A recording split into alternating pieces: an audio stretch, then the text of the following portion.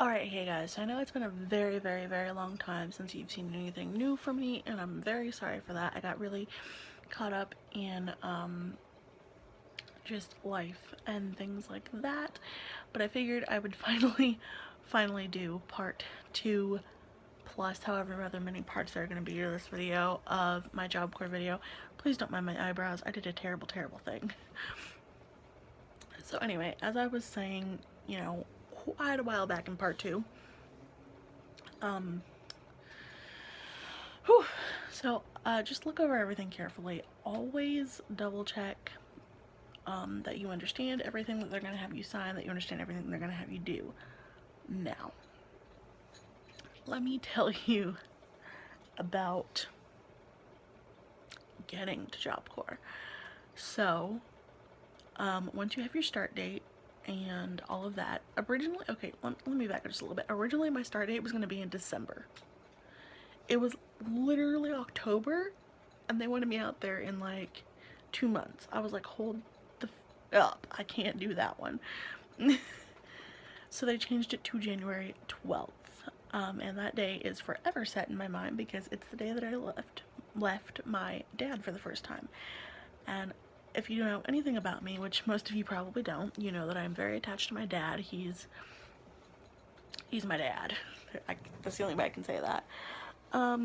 But so yeah, it was a very kind of traumatic day for me. But so I ended up with a start date of January 12th, and in between October and January, I had to get all the things that I needed while I was going to be out there. Now here's the thing. They provide you with housing and they provide you with food. Excuse me. Basically everything else you have to provide for yourself. Clothes, toiletries, hair care, entertainment, like books and stuff. You have to supply all that for yourself. And if you're a woman, they do not supply feminine hygiene products at all. So do not forget to bring those. So, my family, we've never really had a ton of money. So, we were kind of rushing around in between Halloween, Thanksgiving, Christmas, getting stuff that I was going to need for Job Corps, which is kind of hard, I will admit. I ended up with 3 really nice shirts and 2 very nice pairs of pants. The reason why I'm looking over here is because they're hanging in my closet still. I still have them, which is funny because I don't use them now.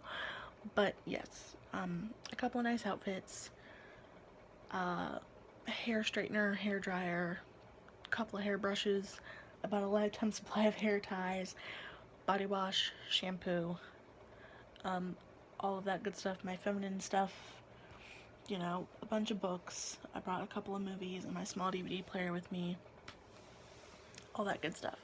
It's like you're packing to move out, like seriously. Like your life is still at home, but you'll only be at home on the weekends from that point on until you finish. So why do I look so red? I'm sorry. So it's like you're packing to move out, which is really weird. Now, let me tell you, getting to Job Corps. Okay, so there's a specific place in the city that Job Corps picks you up and drops you off from. So you have to be able to get to that place. In my city, which is Anchorage, it is the Northway Mall,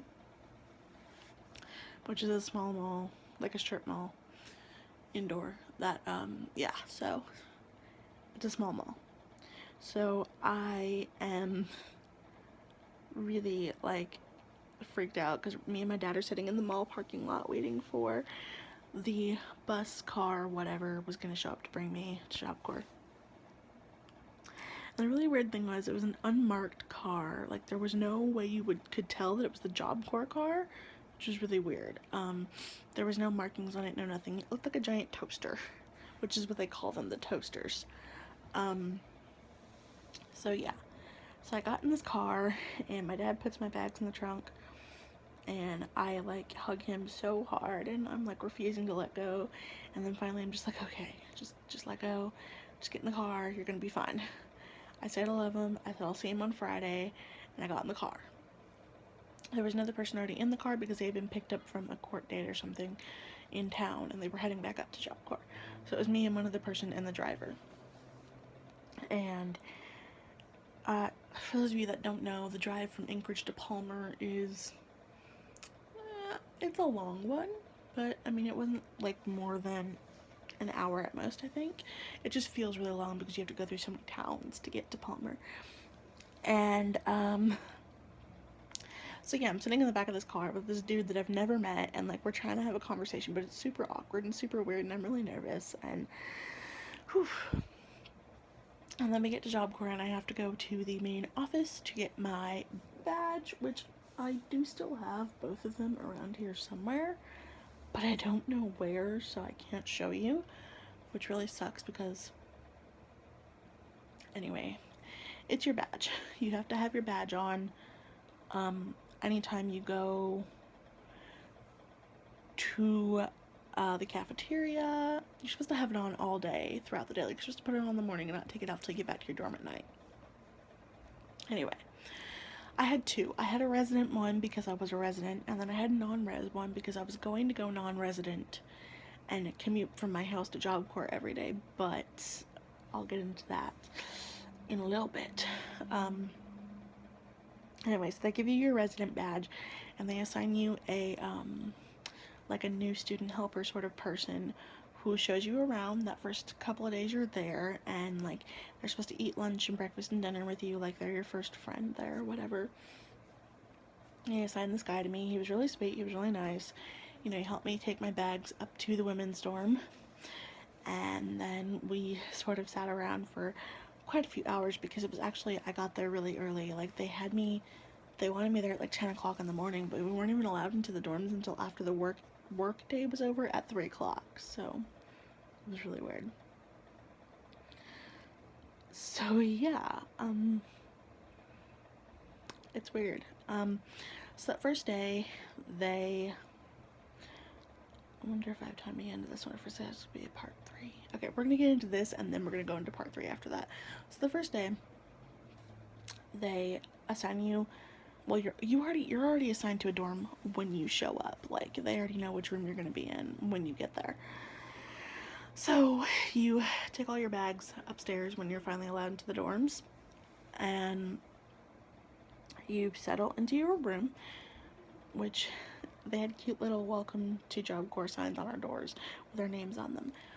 And like I said in the first video, you only have one roommate while you're in CCP, which is career something prep period. So I only had one other roommate, and we were on our own hall. Like, me and my input group were on our own hall. There were about 12 of us, I think, not counting the 2 guys who lived in the men's dorm.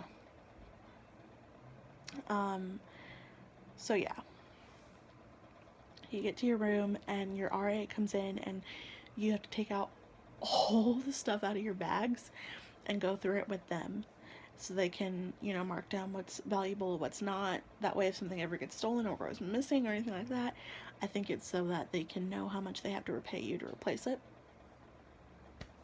Apparently, I brought a lot of jewelry. It was a couple of necklaces and some rings, all of which were bought on Etsy, so they weren't, like, expensive.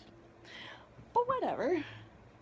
So yeah, so you go through all your stuff with your RA, and then you have to organize it all in your closet, which is like a big chest of drawers. It looked like that dang thing in the Chronicles of Narnia that they go through to get to Narnia. That's what it looked like. Anyway, I am going to make a part 3, and we'll talk about the rest. So subscribe if you haven't already subscribed. Tell your friends about this channel. Maybe they'll want to subscribe. Comment. Tell me what you like, what you don't like, what you don't want to see. And I'll see you guys later. Bye, guys.